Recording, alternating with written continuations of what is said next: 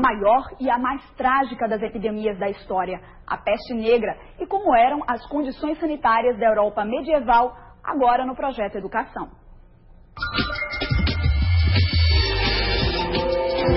Laboratório do Centro de Pesquisas Ageu Magalhães, na Universidade Federal de Pernambuco.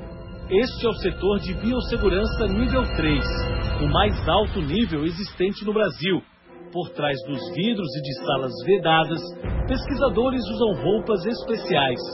Tanto rigor se explica pelo risco que eles correm. No laboratório estão isolados micro-organismos que podem levar à morte. O principal deles é a bactéria Yersinia pestis.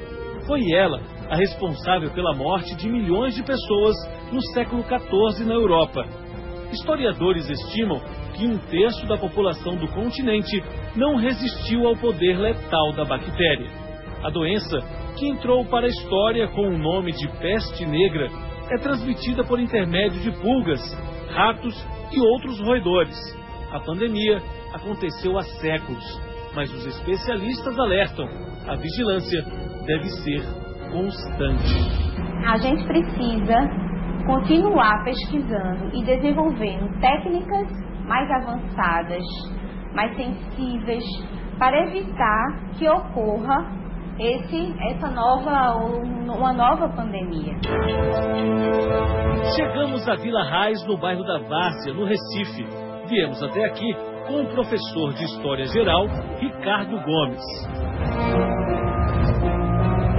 Becos cobertos de lama, sujeira, lixo, falta total de higiene e saneamento. Famílias inteiras que vivem em condições subhumanas.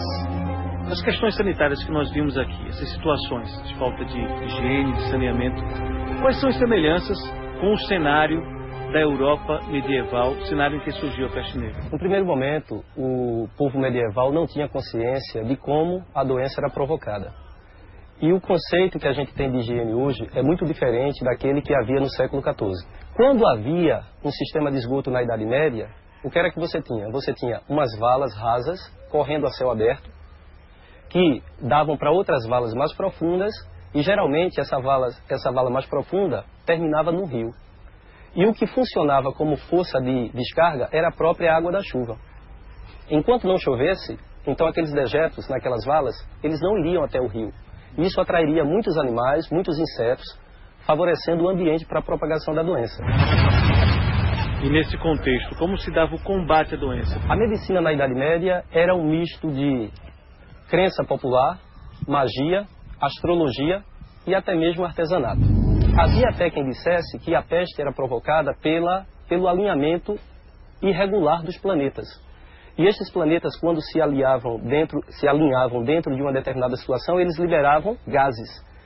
E aí era recomendável até que as pessoas, quando andassem pelas ruas, elas cheirassem ervas, especiarias, maçã, flor. Por quê? Porque elas achavam que o ar contaminado, corrompido, iria ser inalado, iria atingir a essência do espírito e provocar doença. Quem a sociedade medieval responsabilizou pela peste negra? Florença, na Itália, chegou a expulsar sodomitas, homossexuais e prostitutas, porque na concepção de algumas pessoas, eles eram responsáveis pela transmissão da doença. Naquela busca desesperada pelos culpados, muita gente chegou a acusar o judeu de ser o responsável pelo envenenamento dos poços, disseminando a doença entre os cristãos.